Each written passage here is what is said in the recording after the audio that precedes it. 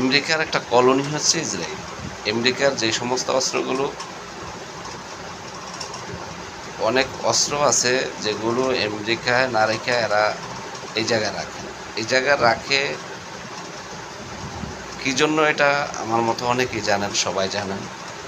মধ্যপ্রাচ্যে আরব কান্ট্রিগুলোতে যে সমস্ত লোভী শাসকগুলো আছেন, আরব কান্ট্রিগুলোর বাজারটা টিকিয়ে রাখতে হলে আমেরিকার একটা প্রভাব দরকার, আমেরিকার অস্ত্র দরকার, আমেরিকার সরবপুর উপস্থিতি দরকার।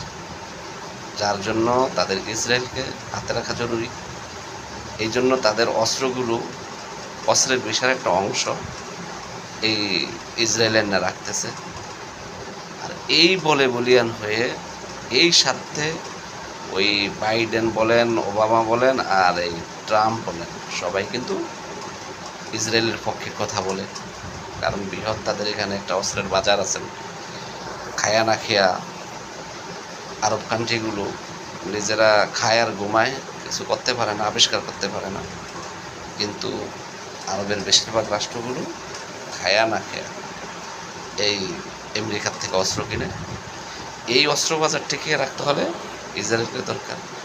এই সুযোগে ইসরায়েল নিজের অস্তিত্ব, নিজেদের প্রভাব, মোড়লগিরি জানান দিতে তারা ফিলিস্তিনকে মাটির সাথে মিশিয়ে দিচ্ছে, লেবাননকে তারা পঙ্গু বানিয়ে দিয়েছে, ইয়েমেনের জনগণকে হাতে ভিক্ষার ঝুলি দিয়ে দিছে। তারা সিরিয়ায় দেশটাকে উলট পালট করে দিল। এখন নতুন করে খোরা অজুহাতে, যে অজুহাতের ভিত্তি নেই, এরকম অজুহাতে ইরানে হামলা করল। এই হামলা আসলে কি বলবো, এটা আমেরিকারই বিশাল। আমেরিকা মুখে বলে যে তোমরা আমাদের সাথে আলোচনায় আসো, ইরানকে বলে।